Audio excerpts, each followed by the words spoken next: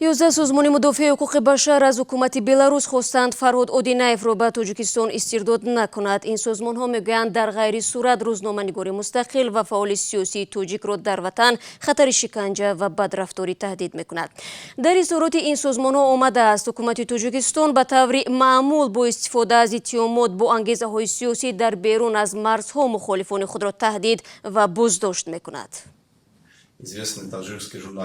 мо аз номи созмони ҳомиёи ҳуқуқ бо номи Весна ба тақозои дигар созмонҳои ҳомиёи ҳуқуқ ҳамроҳ шуда аз мақомоти Беларус талаб мекунем Одинаевро истирдод накунанд, зеро дар Тоҷикистон ӯ шояд ба хотири фаъолияти қонунии оппозитсионияш мавриди шиканҷаву азият қарор гирад.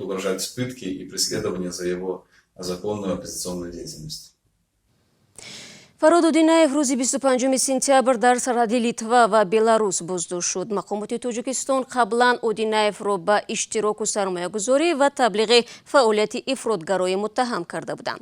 Боздошти Фарҳод Одинаев дар Беларус дар ҳоле аст ки соли гузашта бо талошҳои ҳомиёни ҳуқуқ футболбози собиқи тими Хайри Ваҳдат Парвиз Турсунов баъди боздошти чанд моҳа дар Беларус раҳо шуд.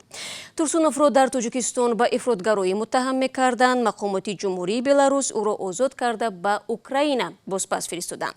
Зимнан охири ҳафтаи гузашта навори Мустафо Ҳаётов, як узви гурӯҳи 24 аз душанбе дар шабакаҳои иҷтимоӣ нашр шуд.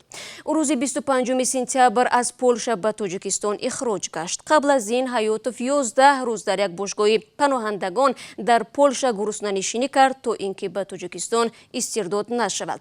Аммо Мустафо Ҳаётов дар паёми видеоии худ, ки беш аз 2 дақиқа аст, мегӯяд ӯро дар Тоҷикистон афв карданд ва ҳоло озод мебошад. маълум нест навор дар чӣ шароит сабт шудааст. мухолифон бар инанд ки чунин наворҳо зери назари мақомот таҳия мегарданд.